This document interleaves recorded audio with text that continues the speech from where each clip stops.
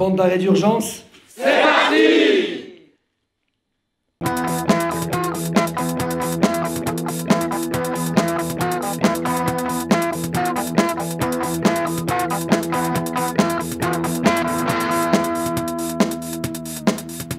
Et bonjour à tous et bonsoir à vous. Est-ce que ça va? Soyez les bienvenus, merci à vous d'être là. Nous sommes le jeudi 26 juillet 2018 et vous êtes en train de regarder le 7e épisode de Bande d'arrêt d'urgence, le web journal qui n'y va pas par quatre chemins. Et il s'agira ici de retrouver de la voix en espérant que ce soit celle de la raison plus que celle du ballon.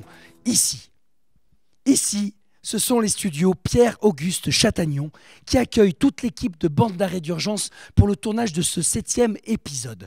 Au Ciné Chaman, qu'est-ce que c'est que le Ciné Chaman? C'est un cinéma pas comme les autres, un cinéma estival en race campagne. Et ici, la liberté, elle se respire et elle se cultive dans le rire. Et même, je vais vous dire quelque chose, les studios Pierre-Auguste Chatagnon se situent à quelques mètres du tracé de l'A45. On est vraiment sur la fameuse bande dite des 300 mètres. Et ici, on résiste.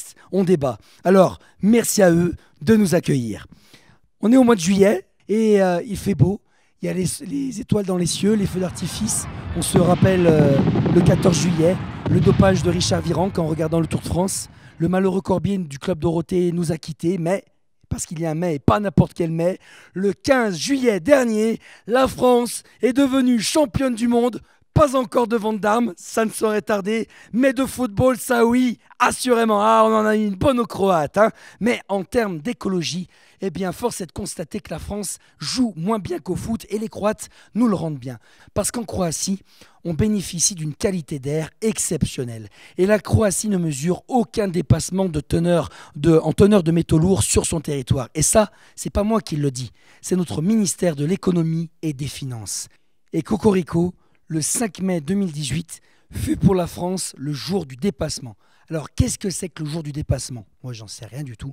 Mais à Bande d'arrêt d'urgence, on est très bien équipés puisque nous avons notre expert. Bonsoir expert, vous allez bien? Merci à vous d'être parmi nous. Alors, qu'est-ce qui s'est passé le 5 mai 2018? Qu'est-ce que c'est que ce jour de dépassement? Alors, le jour de dépassement, c'est la date à laquelle l'empreinte écologique de l'humanité dépasse la biocapacité de la planète, à savoir la capacité régénératrice de la planète pour satisfaire notre consommation de ressources annuelles. Depuis le 5 mai 2018, ça veut dire qu'en France, on consomme plus que la planète a à nous offrir et on les souffle davantage. Bon, au Qatar, c'est depuis le 9 février et aux États-Unis, c'est depuis le 14 mars, mais quand même, en France, on a 3 mois d'avance sur la moyenne mondiale. En 1961, le jour de dépassement de la France était le 30 septembre. Et on accumule depuis une dette écologique de 33 ans. Et ça s'aggrave depuis 2015. 2015, l'année de la COP21 au Bourget, en France. Un petit exemple pour conclure. Le Niger, lui, son jour de dépassement, ce sera le 15 décembre 2018. Le Niger, un exemple pour tous. Merci. On peut l'applaudir. Le Niger, un exemple pour tous. Voilà des mots qui nous parlent. On l'aura compris, la France a du pain sur la planche. Mais je suis quand même un petit peu vache. Parce que, alors là, on approche du plateau. Je suis un petit peu vache parce que quand même, ça bouge au niveau du gouvernement. Alors certes, au rythme d'un escargot qui danserait un slow avec une limace, mais quand même... Nicolas Hulot et Elisabeth Borne ont déclaré le vendredi 20 juillet au sujet de la fameuse loi d'orientation sur la mobilité, d'ailleurs une loi qui ne sera votée qu'en septembre finalement, on préfère repousser encore et toujours les échéances. Ils ont déclaré que des ZFE, alors qu'est-ce que c'est que les ZFE? Les zones à faible émission, allaient devoir être mises en place dans 16 agglomérations de notre pays, dont 4, à savoir Valence, Grenoble, Lyon et Saint-Étienne, sont donc situées dans notre région Auvergne-Rhône-Alpes. Il s'agit, dans ces fameuses ZFE, de réduire l'usage individuel de la voiture, ce qui n'empêche pas, encore et toujours certains, de vouloir faire une autoroute. Mais quand même, on peut dire que le crime de l'A45 s'éloigne un petit peu. D'ailleurs, le préfet de région a, lui, organisé le 6 juillet une réunion avec les élus locaux pour évoquer les alternatives à l'A45. Une réunion que Gaël Perdriau, Georges Ziegler et Laurent Wauquiez ont courageusement boycottée. Elisabeth Borne, quant à elle, notre ministre des Transports, a déclaré, alors là je préfère lire parce que c'est un petit peu difficile, « À la grosse maille des grands projets, je préfère la dentelle fine de la desserte des territoires. » On appréciera la qualité de la métaphore, moins son usage comme mode de gouvernement. Parce que vous l'aurez compris, l'heure est à faire passer le temps, ce qui est insatisfaisant, voire grave. Même si les trois loustiques que je viens de vous citer avec en tête Laurent Wauquiez sont en train d'être stressés. Et oui, Lolo est stressé. Et d'ailleurs, il a déclaré « je vais vous le faire ».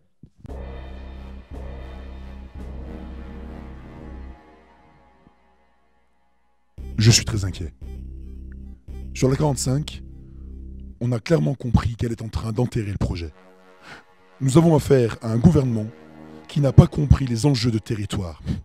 Sacré Lolo, qui surenchérit en proposant à Emmanuel Macron, notre président, de venir faire un trajet le matin à 7h pour qu'il voie l'enfer de ceux qui vont travailler et qui sont bloqués dans les embouteillages. Eh bien nous, à Bande d'arrêt d'urgence, on a une proposition aussi à faire à Laurent Wauquiez. Monsieur Wauquiez, nous vous proposons de, vous aussi, venir faire un trajet le matin à 7h dans les embouteillages avec toute l'équipe de Bande d'arrêt d'urgence. Ce sera une expérience unique dans votre vie. Vous montez dans notre voiture et à un moment, on conduit et vous descendez, vous respirez les gaz d'échappement. Et peut-être qu'à ce moment-là, vous changerez votre vision de l'économie. Peut-être même qu'à ce moment-là, je ne sais pas, vous quitterez la politique, vous quitterez la tête de la région. Peut-être que vous proposerez d'autres boulots à ces gens et d'autres façons d'y aller à leur boulot. Et peut-être même que vous deviendrez cultivateur de plantes homéopathiques. Bref, je m'égare. Au sommaire, ce mois-ci, un portrait paysan et pas n'importe lequel, celui de Stéphane Rouvès, une interview plateau qui nous parlera déjà de l'automne et l'annonce improbable d'un jeu concours. Allez, vroom vroom, on roule dans la farine.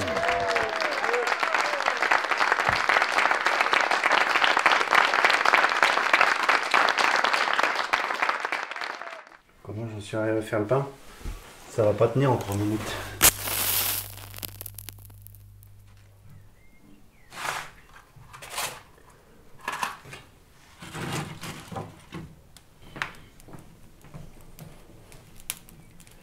Il a fallu beaucoup de temps, il a fallu peut-être 6 mois avant que je comprenne comment mon four fonctionnait vraiment.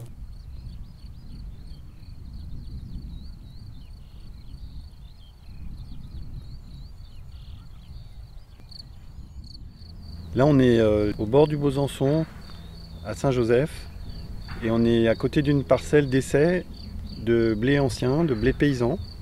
C'est le résultat de plusieurs années de sélection que j'ai effectué sur des blés paysans. Et aujourd'hui, je viens les observer, noter leurs caractéristiques pour savoir un petit peu comment ils ont évolué dans l'année, là, et notamment dans ce printemps pluvieux, pour pouvoir après envoyer ces caractéristiques à un groupe de participation.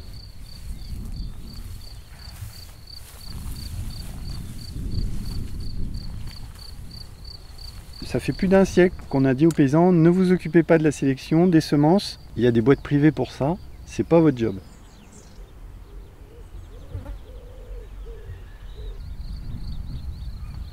Pendant des milliers d'années, ce sont les paysans qui ont sélectionné les semences. Nos outils de sélection, nos observations valent autant que les outils de sélection des firmes agroalimentaires. Ça fait 5 ans que je les suis. En fait, je ne sais pas au final ce qu'ils vont donner en qualité de pain. Donc ça va être un peu l'année cruciale. Et si je suis content, eh ben, je les ressème, cette fois en très grande parcelle, pour faire du pain, un pain spécial. Là par exemple on est à côté du mille vaches rouge, eh ben, je vais le panifier à part et si je suis content, ben, je ferai un pain qui s'appellera mille vaches. Avec d'autres agriculteurs, on a envie d'aller un petit peu plus loin sur nos pratiques de culture. Le fait de travailler avec, par exemple, une équipe de naturalistes, ça nous a un petit peu ouvert les yeux sur la nécessité d'avoir une vision globale, en fait. Sur le village, par exemple, on a choisi de travailler avec des variétés population. Donc on est revenu aux populations, donc de blé ou de maïs. Voilà, les collègues éleveurs travaillent avec des variétés de population maïs et chaque année ils font ce travail de sélection et ils le font avec d'autres groupes de paysans qui travaillent sur le même thème en fait. C'est vraiment dans cette démarche de se réapproprier ce métier de paysan qui est aussi celui de produire des semences en fait. Voilà, ces semences. Là on est en face du projet A45. Sur le coteau d'en face, il y aurait l'autoroute qui passerait. On sait très bien que les travaux de cette autoroute, ça va être une destruction de tout ce qu'il y a autour aussi. Et puis là où je suis impacté, c'est que moi je travaille avec des éleveurs et eux sont impactés directement. Donc par ricochet, je suis impacté, ça c'est clair.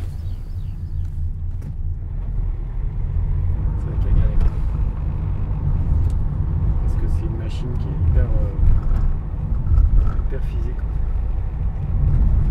Tu sais, c'est une moissonneuse batteuse, mais c'est une toute petite. Et elle est très ancienne, elle est de 56. Donc c'est chaud quoi. Les réglages c'est tout manuel, t'as aucune assistance. Bonsoir. Alors, 400 grammes. Voilà. Un raisin ici. Un andalou et des pâtes. Bonsoir. Bonsoir. Là, je passe tout à l'heure. Ça vient un petit épeautre. Un de ceux-là.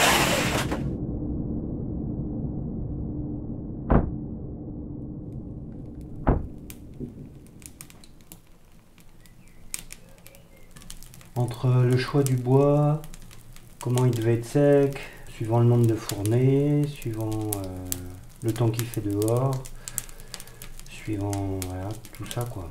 Donc aujourd'hui je le maîtrise mieux, j'arrive encore à me tromper, hein, mais bon ça, voilà, ça y est, c'est parti.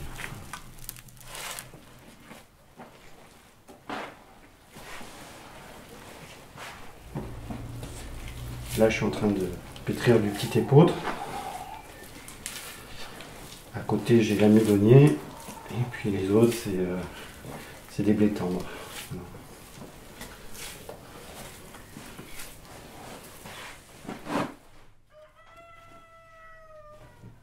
C'était en 2012, ça.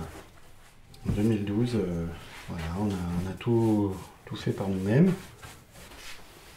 C'est rigolo parce que ce lieu, en fait, il était fait pour le travail, en fait. Il est au milieu de la ferme. C'est un lieu pour travailler ici. Avant, on pressait le raisin. Le four, il est monté sur la base du pressoir, en fait. Ici, là, tu as par exemple, c'est des pains qui font 800 grammes, là. Là, il y a 400 grammes. C'est-à-dire que là-dedans, il y a presque 2 baguettes, déjà. Au moment où ont été trouvé le principe de la levure, hein, au milieu du 19e siècle, on est passé du pain au levain au pain sur levure. Pour faire des pains très levés, pour faire la fameuse baguette, qui a été un standard, qui a été inventé en région parisienne. Hein. C'était un pain blanc pour les bourgeois. Et puis bah, ça a pris, tout le monde veut de la baguette maintenant. Mais au départ, le pain, c'était pas la baguette. Le pain c'était une miche de pain, c'était des formes qui étaient culturellement très très ancrées, quoi. Ça existe encore dans certains coins, en Bretagne, Corse, etc. Quand la culture locale est restée un peu forte, l'alimentation, la cuisine, tout ça, ça a suivi, c'est resté. Parce que chaque paysan ici faisait une céréale. Alors, c'était pas du blé nécessairement, c'était du seigle, souvent. Plus facile à cultiver. Donc Donc les gens mangeaient un pain de sec qui en plus se garde beaucoup plus longtemps que le pain de blé. Et ici, les meuniers étaient au bord du Besançon. Il y avait plusieurs moulins au bord du Besançon. Moi, j'ai entendu parler qu'il y en avait jusqu'à 5. Et donc, les paysans amenaient leur blé ou leur seigle au moulin. Ils récupéraient la farine. Et avec, ils faisaient le pain. Mais ils faisaient pas le pain tous les jours. Ils faisaient le pain peut-être une fois par semaine ou alors une fois tous les 15 jours, en fait. Et ils faisaient le pain pour... sûrement pour d'autres familles, quoi.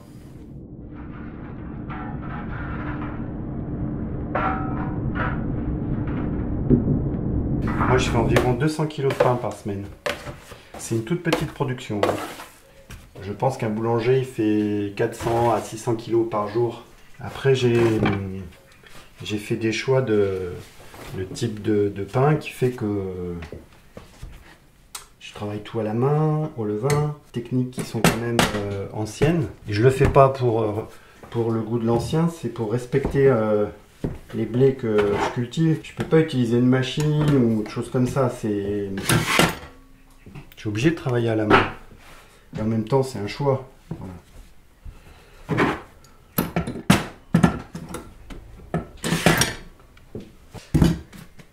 Et moi, j'utilise que des levains, qu'un levain en fait.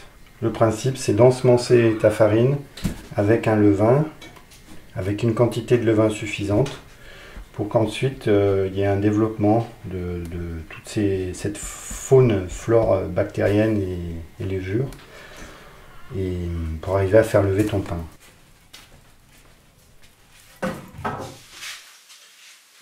Et mon travail, moi, en fait, que ce soit pour le pain ou que ce soit pour les céréales, c'est d'accompagner un processus.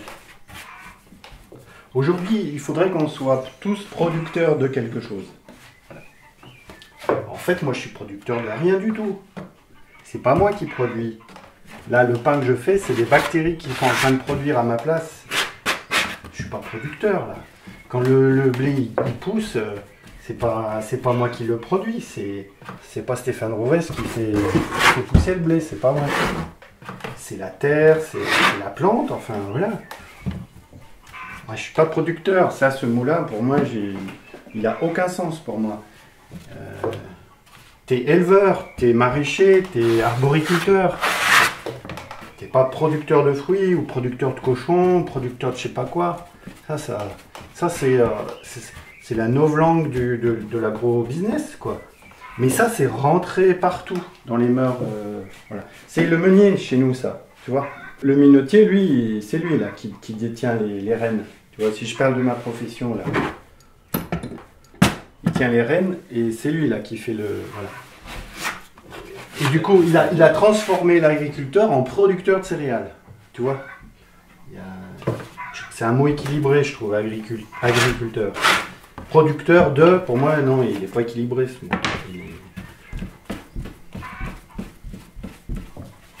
En plus, c'est une bêtise, parce que c'est faire croire aux gens qui sont encore aux manettes. Quand tu es salarié dans une entreprise qui fait du cochon, j'ose même pas dire élevé, t'es plus paysan, t'as perdu ça, t'as perdu ta liberté quelque part. Tu fais un boulot de salarié, et je respecte beaucoup les salariés, c'est pas le problème, mais c'est d'un point de vue du statut en fait.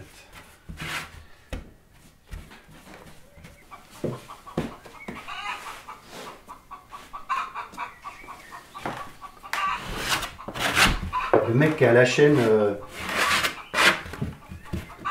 chez Renault ou chez n'importe quoi, son espace de liberté dans son travail, il est réduit, quoi. Faut pas raconter des histoires. Il peut pas faire une Zoé ou je sais pas quoi, la couleur qu'il veut, j'en sais rien. Nous, on a quand même une attitude de travail, de choix dans notre travail qui est énorme. Moi, je choisis la forme de mes pains, je choisis les céréales que je mets, je choisis la façon de travailler mes terres, je choisis si je veux mettre des, je mets des, si je veux pas mettre de, je mets pas de R, enfin bref. Une liberté relative, mais une liberté vis-à-vis des employeurs, vis-à-vis de l'emploi du temps. On a des contraintes, Mais c'est pas quelqu'un qui vous impose la contrainte. C'est le temps, c'est la saison, c'est des contraintes que tu choisis, entre guillemets.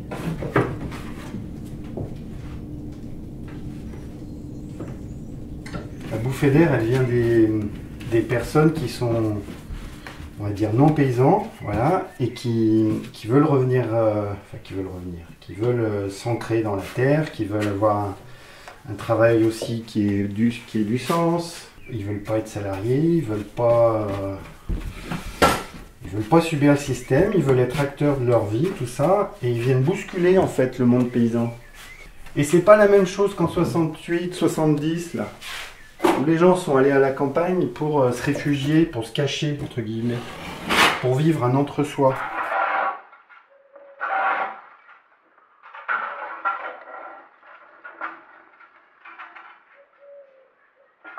Les arrière-grands-parents, ils faisaient leur pain à partir de leurs céréales. Ce qui est novateur, c'est qu'aujourd'hui, le paysan, il peut faire aussi sa farine, alors qu'avant, il ne pouvait pas faire sa farine. Il n'y a pas de paysan qui avait un moulin, en fait. Aujourd'hui, on peut avoir toute la chaîne. Alors, ça bouscule notre métier aussi de paysan. On est cultivateur, on est aussi meunier, et puis à la fin, transformateur. Fait le pain. Boulanger.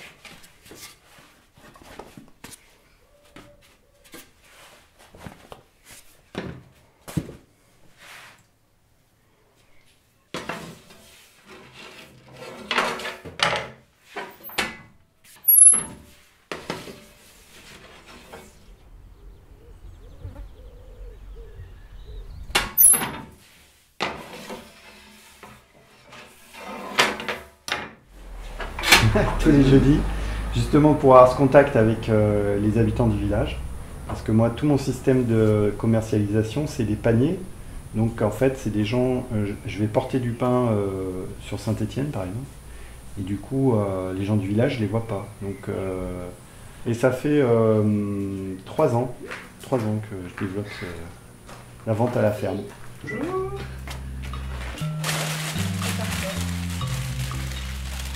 Merci à toi. J'avais ça à te ramener. Bon, alors, je sais pas si ça te parle. Ouais, pas de souci. Merci. Bonjour. Vous allez bien? Ça va être bon. Alors je sais pas pour qui c'est que pour... Alors il y en a un pour moi. Mais je te prends la farine du coup aussi. Ah bon non, ça c'est pas obligé. Hein. Tu veux les 40, ça? Comme ça, ce sera bien. Matinée, j'ai travaillé. Ah. Ce sera bien. L'andalou, il est toujours moulé, hein, c'est ça? Ouais, c'est ça. Et ça, Ça, c'est c'est la la méthode. et le petit épeautre. Moi, je l'aime vraiment bien, le petit épeautre. Ouais. On m'a dit moins bien, alors, mais... Bientôt. À très bientôt. Salut. Bonne soirée après. Au revoir.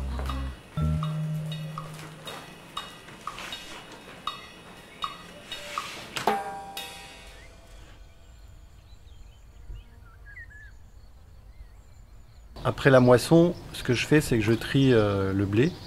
Et je vais garder que les grains assez gros.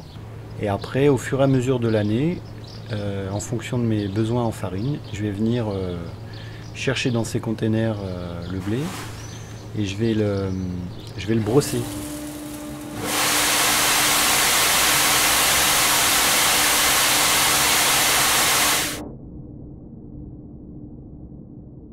Les minotiers, ils possèdent l'outil de transformation, la minoterie, les moulins en fait.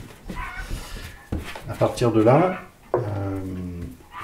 ils possèdent aussi la capacité de stocker les céréales. Ils ont la capacité d'influencer sur le marché global, de fournir des chaînes de fabrication, donc des boulangeries industrielles, directement. C'est-à-dire que si tu as la capacité de stocker et de transformer, autant avoir la capacité ensuite de fabriquer du pain, etc. avec ton produit de base. C'est en cela qu'ils détiennent toute la chaîne en fait. Et du coup, ils sont capables d'imposer maintenant aux agriculteurs quel type de céréales ils veulent. Ils veulent des produits le plus standardisés possible en fait.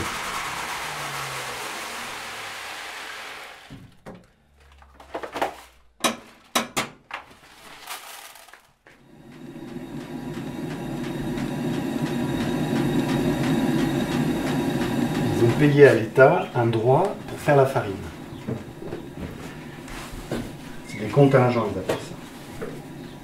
Si tu additionnes tous les contingents de tous les minotiers, tu additionnes toute la valeur que ça représente, là, ce contingent, c'est plus que le budget de la France. Ils ont un droit, et pour les contraindre à bouger, c'est impossible. Parce que s'ils veulent revendre leur contingent, l'État doit le racheter, et l'État sera en banqueroute. Donc ils ont un pouvoir qui est incommensurable, tout simplement.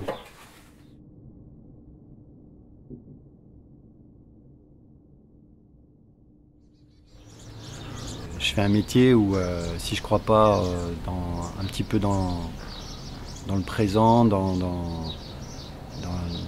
les cultures, dans la vie là, qui se présente à travers mes cultures, c'est plus possible de faire ce métier. Et puis en même temps, c'est aussi pour ça que je fais ce métier, c'est que je suis en contact direct avec la vie en fait. Donc de ce côté-là, moi je suis très optimiste. Après, j'ai des peurs de fond, effectivement, par rapport à ce qui se passe, la politique anti-migrants, le repli en général de la société sur elle-même. Et du coup, aujourd'hui, c'est une erreur de l'histoire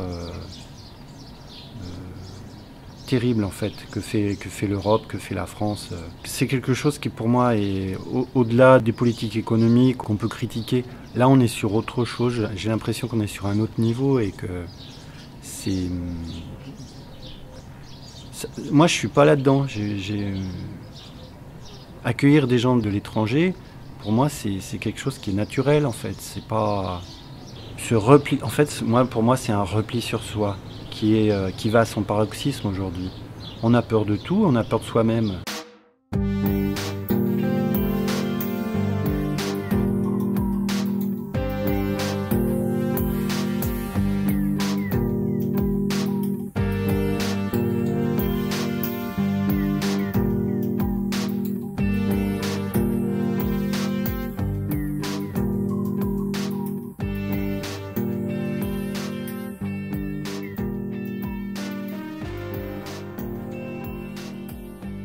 Message reçu.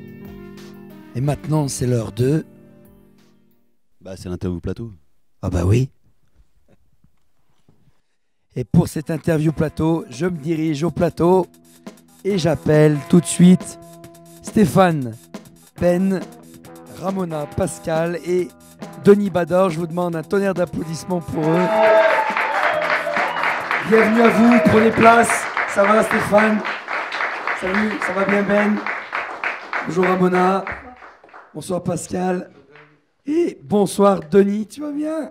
Alors tout d'abord, un gros merci à vous d'être là ce soir pour le tournage de ce 7e épisode. Bon, je ne vous cache pas qu'on va parler d'A45, je ne vous apprends rien, ça ne vous surprend pas. Peut-être un premier mot tout de suite vers toi Stéphane, pour déjà te dire bravo pour le documentaire qu'on vient de voir. Peut-être un petit témoignage rapide sur comment s'est passé le tournage, puis qu'est-ce que tu as ressenti en voyant ce reportage. Un grand merci à Adrien qui a pris le temps de me suivre là pendant quelques jours, Adrien et Manon. Et je suis très touché par ce qu'il en a fait, par ce qu'il a pu en tirer. Et puis je ne savais pas que je parlais autant en fait. Voilà. Il y en a qui parlent plus que toi, tu vas t'en rendre compte rapidement. Ce qui est touchant aussi dans tout ce que tu as dit, c'est que finalement on parle une seule fois de l'A45 et on voit bien que c'est pas tant contre l'A45 qu'on se bat que pour une autre société. Et peut-être que je peux d'ores et déjà poser une question à vous deux, Ramona et Pascal, qui, je le rappelle, vous êtes respectivement donc maire de la Talaudière et premier adjoint et ancien maire de la Talaudière. Alors, on a beaucoup parlé, notamment dans l'introduction, de cette actualité politique de la 45. Alors, moi, je voulais vous demander, qu'est-ce que vous pouvez nous en dire? Va-t-elle se faire? Va-t-elle pas se faire? Et puis, surtout, est-ce que vous pensez qu'on va l'enterrer légalement? Ou est-ce que vous pensez que le gouvernement va repousser les échéances, c'est-à-dire encore proposer du temps de débat? Et puis une autre question, comme ça je vous les pose toutes. Comment ça se passe depuis ces derniers mois à Saint-Étienne Métropole? Comment ça se vit la 45? Voilà, donc je vous laisse partager le micro. Tout d'abord, moi je suis bien incapable de dire si la 45 se fera ou pas. En tout cas, il faut toujours rester très vigilant, parce qu'elle n'est pas enterrée. Malgré tout ce qu'on peut dire, bon, il y a, je dirais, une bonne voie, parce qu'effectivement, quand on parle et qu'on fait des réunions pour parler d'alternatives, c'est vraiment une bonne chose. Après, on ne sait pas quelle sera la décision du gouvernement, on ne sait pas quelle sera la loi de programmation des mobilités. Pour le moment, c'est encore la nébuleuse. Je dirais que ça prend une bonne voie, mais à suivre, et il faut toujours rester très très alerté et puis à se battre contre la 45. Et puis comme tu dis aussi, il faut envisager un autre système de vie où on n'a pas besoin de la 45. Alors juste un petit mot par rapport à Saint-Étienne Métropole. Tu l'as dit aussi également. Il y a eu la réunion à la préfecture de région. Perdriau, Ziegler et Vauquier ont boycotté parce qu'ils ne veulent surtout pas envisager de parler d'alternatives. Le financement, c'est pour la 45 et ils le crient encore haut et fort en conseil de communauté, et Saint-Étienne Métropole, c'est droit dans ses bottes. On se retrouve quand même à être uniquement les territoires et les villes de la Loire qui ne sont pas présentes justement à des réunions. Au niveau du Rhône, les élus répondent présents et ils sont là pour avancer. Alors que dans la Loire, c'est le contraire. On reste, je ne m'intègre pas bien sûr dans le système, mais nos élus restent branchés et puis uniquement sur leur position, et ils n'avancent pas pour envisager l'avenir intelligemment. Un complément, oui. Parce qu'effectivement, dans ces histoires d'alternatives, il y avait quand même une commune de la Loire qui était présente, c'était la Talaudière. Elle n'était pas invitée au départ, j'ai un peu forcé la porte. Mais c'était un oubli du préfet de région, je suppose, puisqu'on n'était pas concerné directement par les alternatives. Les alternatives sur la Talaudière, c'est pas ce qui nous préoccupe au premier chef, puisque ça concerne surtout le nœud Ternay-Givors et un certain nombre d'infrastructures ferroviaires qui ne passent pas par la Talaudière. Il va inviter le préfet de la Loire, le préfet de l'Isère, le préfet du Rhône, qui est en même temps préfet de région. Il y avait tous les parlementaires qui étaient là, sauf ceux de la Loire, sauf présents uniquement ceux qui sont opposés.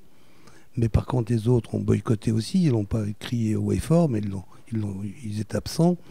Et toutes les communes du Rhône concernées par ces alternatives. Et puis du côté de la Loire, Rive de Gier, la Grand-Croix, Saint-Étienne. Le maire de Saint-Étienne est invité 3 fois en tant que président de Saint-Étienne Métropole, en tant que maire de Saint-Étienne et en tant que représentant de l'agglomération. Donc il avait beaucoup de motifs à être présent. C'est un boycott de rejet. Je pense que c'est quand on se sent perdant qu'on ne va pas au combat. Et je crois qu'ils ont démontré ça par rapport à la population. C'est qu'eux-mêmes, même s'ils le crient encore haut et fort, je me demande s'ils y croient encore. J'ai vu plusieurs fois Jean-Luc Fugy, le député de Givors, au téléphone. Il est persuadé qu'elle ne se fera pas. Il est en contact avec Elisabeth Borne assez souvent. Il me dit qu'elle n'en veut pas. Elle n'en veut pas. Et même si elle laisse une perspective, puisque c'est pas à elle à prendre la décision, ça sera à l'Assemblée nationale et au Sénat. Sa volonté, c'est de ne pas conduire cette opération. Ça fait quand même 40 ans, 50 ans, 60 ans qu'on en parle de la 45.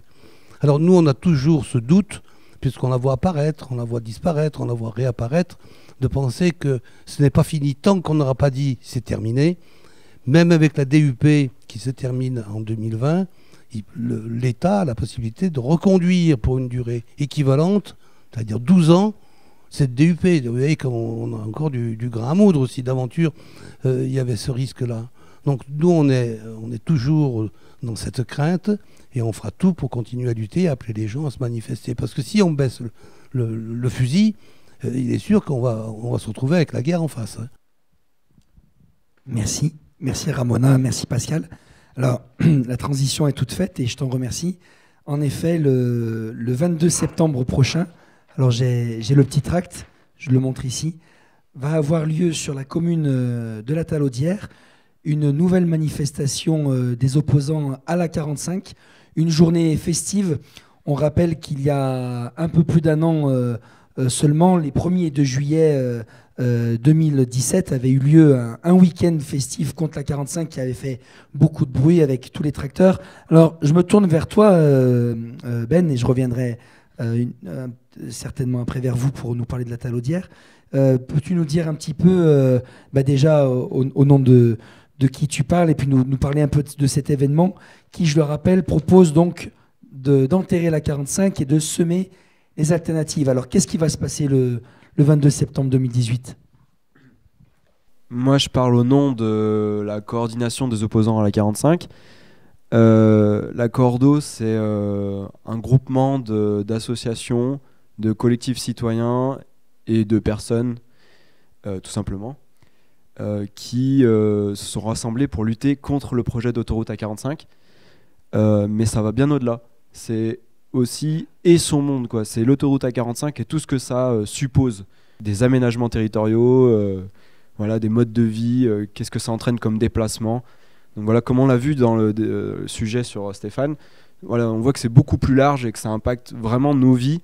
Une simple autoroute, si on pourrait dire, si c'était simple, ça va au-delà du simple transport de personnes. C'est vraiment toute une vie, un microcosme autour qui est impacté. Donc voilà, c'est des gens qui se regroupent autour d'une lutte contre ce projet inutile. Alors du coup, on a fait l'année dernière, le 1 et 2 juillet, une grande fête, et on remet ça donc le 22 septembre, donc à la Talaudière, donc une des communes qui est impactée par le projet d'autoroute A45. Le but, c'est de se rassembler, d'avoir des conférences, des débats, des ateliers, des concerts, un moment donc festif et convivial, donc, où vous pouvez venir avec vos enfants, avec votre famille, votre tati, votre mamie. Voilà, il y aura un bal folk, il y aura des pièces de théâtre, tout plein de choses, des balades avec des naturalistes, parce que même à la Talaudière, qui est entre la ville comme Saint-Étienne et la proche campagne, en fait, il y a déjà plein de nature, il y a déjà plein d'espèces vivantes, que ce soit des animaux ou végétaux, qui y vivent et qui doivent être observés et en fait respectés.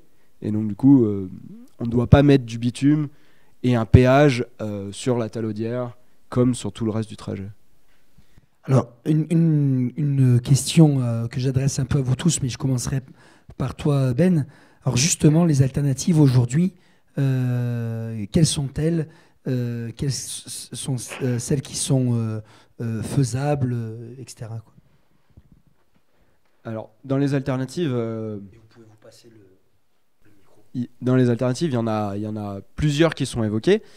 Aujourd'hui, les politiques vont plutôt s'emparer d'une seule, qui va être le dédoublement du pont entre Givors et Chasse-sur-Rhône, ou alors voilà, améliorer ce nœud, on appelle le nœud de Ternay, pour fluidifier le trafic, la circulation.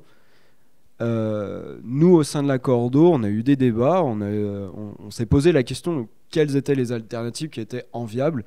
Et on ne pense pas qu'il y en a une seule qu'on doit proposer ou plus mettre en avant qu'une autre. On pense qu'il y a un panel d'alternatives possibles ou pas d'alternatives du tout, mais qu'il faut que la discussion reste ouverte. Donc on est contre le fait que derrière des belles dorures, dans des grandes salles, des palais si on peut appeler ça comme ça, des élus qui vont décider dans le dos des populations qui habitent le territoire d'une seule et unique alternative. On veut que le débat il soit ouvert, adressé à toutes et tous, et qu'on puisse y prendre part en fait. Parce que on habite le territoire et on doit aussi être conscient des choix qui vont être faits pour nous. Donc voilà, nous on pense qu'il y a beaucoup plus large, il y a d'autres solutions et elles doivent toutes être pesées, présentées, le pour, le contre, quels sont les impacts au niveau naturaliste, au niveau individuel, au niveau collectif. Et là on pourra faire un choix peut-être. J'ai d'ailleurs lu dans la presse, avant de te passer le micro, que tu parlais d'élus, mais il y a même certains élus, notamment la maire de Givors, qui subit le rythme des annonces. Elle a, je crois, vous le confirmerez, appris par voie de presse et par n'importe quelle presse, Le Progrès, les alternatives concernant son propre territoire.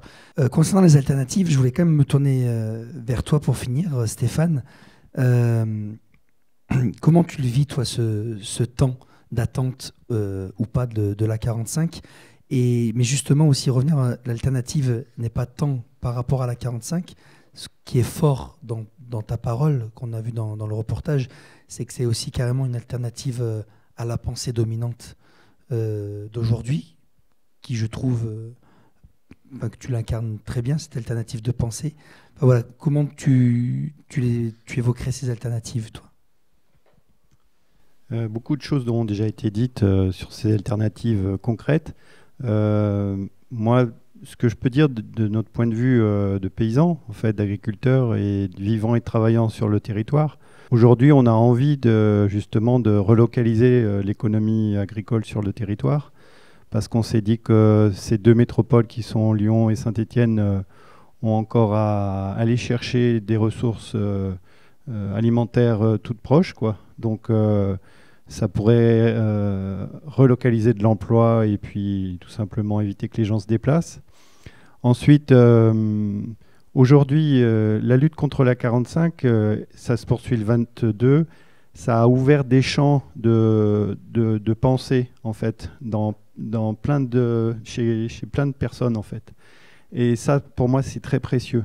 C'est-à-dire qu'on a ouvert des portes. Alors, peut-être qu'il y en a qui vont se refermer, mais je sais qu'à la Coordo, il y a des gens qui ont envie d'aller plus loin dans les alternatives. Et mon point de vue, c'est qu'elles seront d'autant plus intéressantes et pertinentes qu'elles seront portées par les citoyens, en fait. Voilà, qu'elles viendront de la base.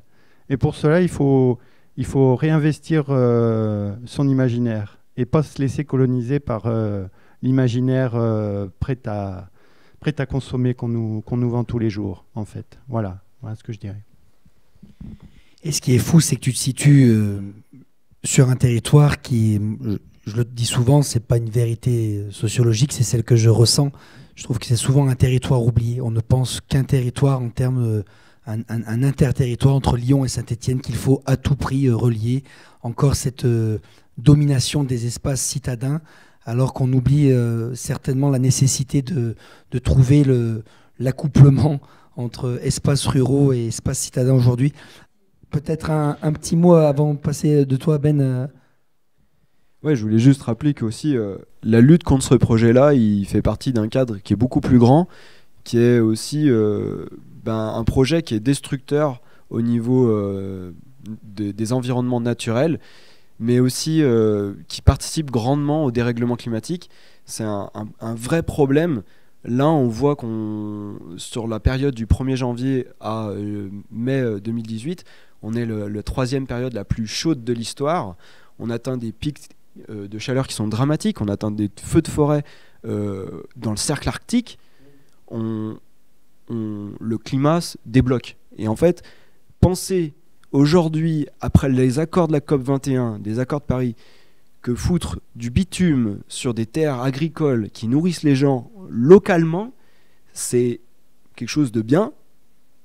On perd les pédales. Enfin, justement, retrouvons les pédales, prenons notre vélo et allons-y, quoi. Enfin, c'est ça le futur, c'est ça la vraie alternative, c'est de voir qu'on a des capacités en nous de se déplacer, de reconstruire des liens sociaux. On a le temps de se parler quand on est à vélo, on a le temps de se rencontrer, on a le temps de voir qu'on n'est pas faible, quoi. On a des jambes, on a des mollets et on respire à plein poumon, et ça évitera qu'on respire justement de la merde qui sort des voitures, et allons-y, c'est cool.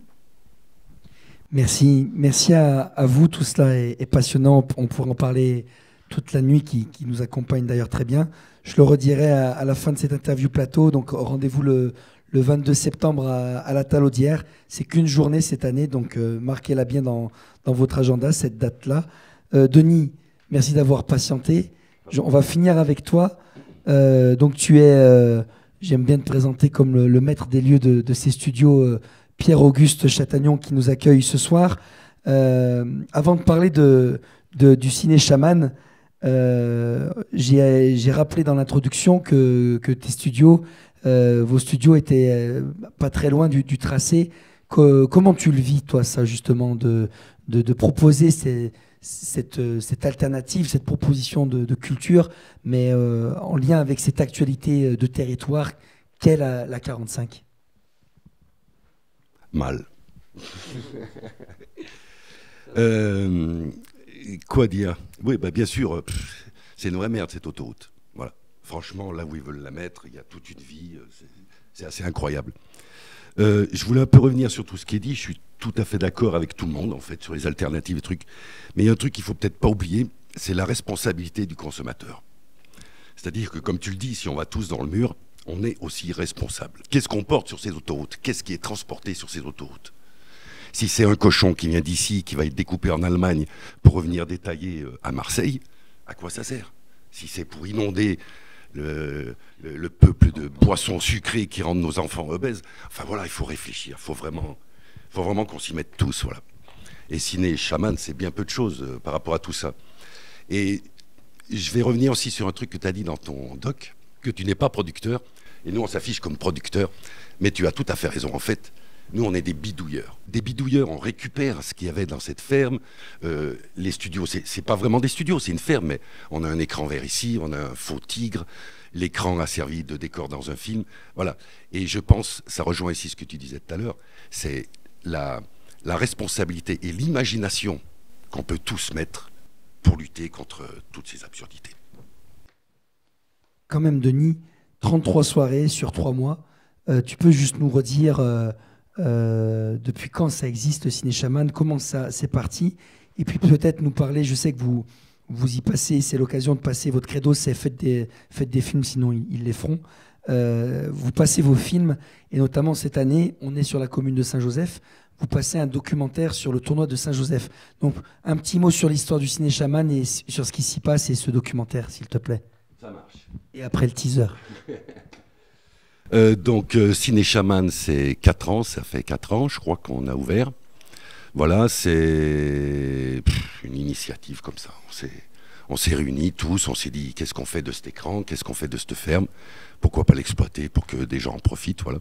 Pour les programmations, il y a beaucoup de nos films qu'on fait donc en bidouillant, quelques courts-métrages, un long-métrage, un moyen-métrage. On invite des gens, il y a des jazzman qui vont venir, il y a Rémi Corsial qui est un musicien extraordinaire, on a Riquette qui a tourné dans l'Homme Bleu, qui fait un show mais formidable. Enfin voilà, j'incite le monde entier à venir à Ciné Chaman. Et l'autre question, c'était quoi? Sur le documentaire. Ah oui, très important, oui. Et bien juste à côté, ici, nous avons toute une bande de bénévoles qui font jouer des jeunes de moins de 19 ans au football. Et c'est un tournoi international. Et du coup, on s'est dit, cette bande de bénévoles, ils sont quand même importants, quoi, parce que ce qu'ils font, déjà pour le village, déjà pour ces jeunes, c'est assez énorme. Et ben voilà, c'est de la matière à filmer, c'est un sujet, donc feu. Alors demain, vendredi 27 juillet, ce sera premier étage, donc venez au Ciné Chaman dès demain, venez tout l'été, c'est jusqu'au 9 septembre. Voilà, je voulais tous vous remercier, peut-être un petit mot avant en refaisant de la pub pour le 22 septembre. Parole aux dames qui sont en minorité encore une fois ce soir. Pourquoi c'est sur la commune de la Talaudière cet événement du 22 septembre? Il me semble qu'il est important de se dire qu'il n'y a pas en fait d'opposition entre le monde rural et le monde urbain. La Talaudière, c'est une commune urbaine. Et on lutte ensemble pour la même vision de l'avenir.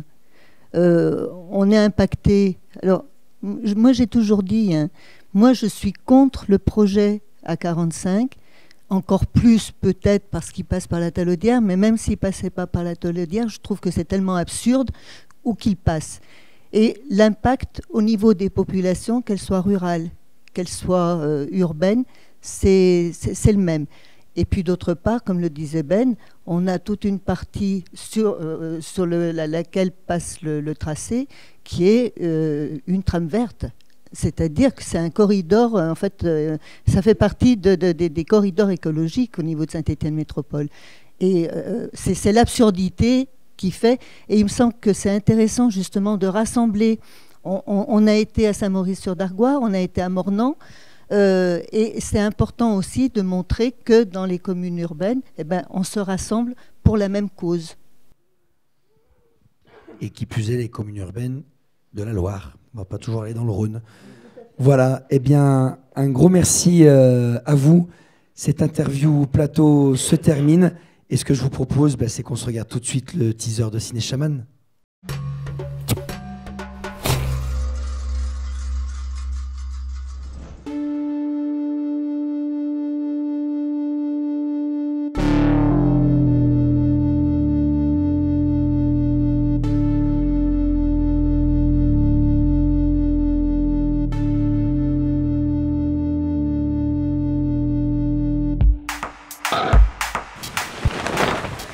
Ça se met bien à souffler ce soir. Oh.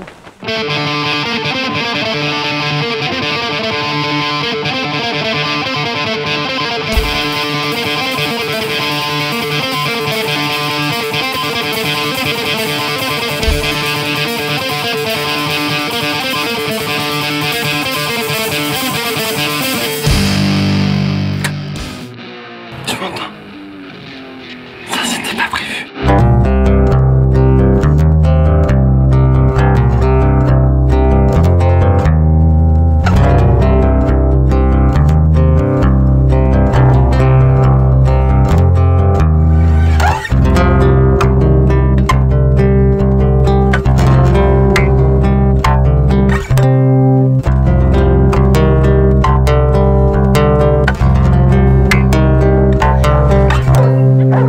Dis-moi, ce chien, moi, il m'énerve, alors. Toi que je vais t'en passer une, va.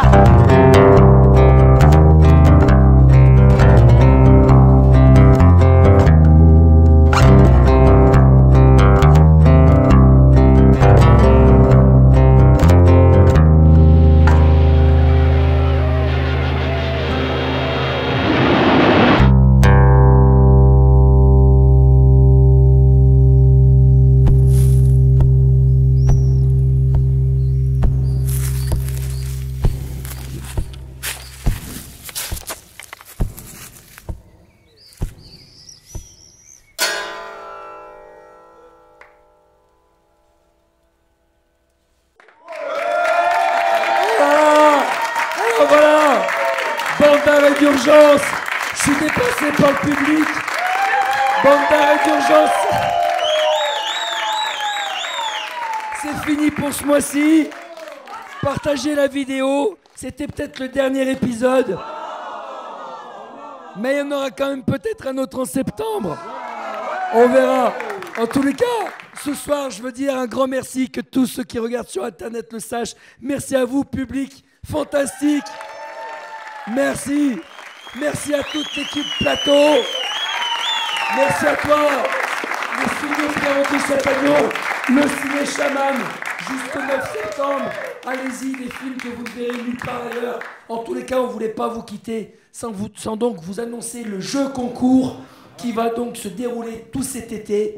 Quel est-il? Oui, il y a un jeu concours. Alors, c'est très simple. Première étape, vous vous prenez en photo, mais pas n'importe quelle photo. Il faut que ça soit sur votre lieu de vacances. Et il faut que ce soit une photo qui dit non à la 45. D'accord? Alors, ça peut être écrit avec un t-shirt, vous pouvez vous l'écrire sur le torse. Ça peut être plus symbolique, plus onirique. Vous pouvez vous allonger sur une autoroute, vous faites attention qu'il n'y ait pas des voitures qui passent. Bref, étape 1, vous prenez la photo. Étape 2, vous la postez sur la page Facebook de Bande d'arrêt d'urgence. Vous la postez et ensuite, étape 3, l'équipe de Bande d'arrêt d'urgence se réunit pour élire la meilleure photo et publiera le nom du gagnant et de la gagnante sur la page. Énorme. Et on s'engage en septembre à tourner une vidéo avec cette personne pour lui remettre le t-shirt. Voilà. Merci. Merci à vous. C'était le 7e épisode de Pantaré d'urgence. Pantaré d'urgence. Au revoir et bel été à tous.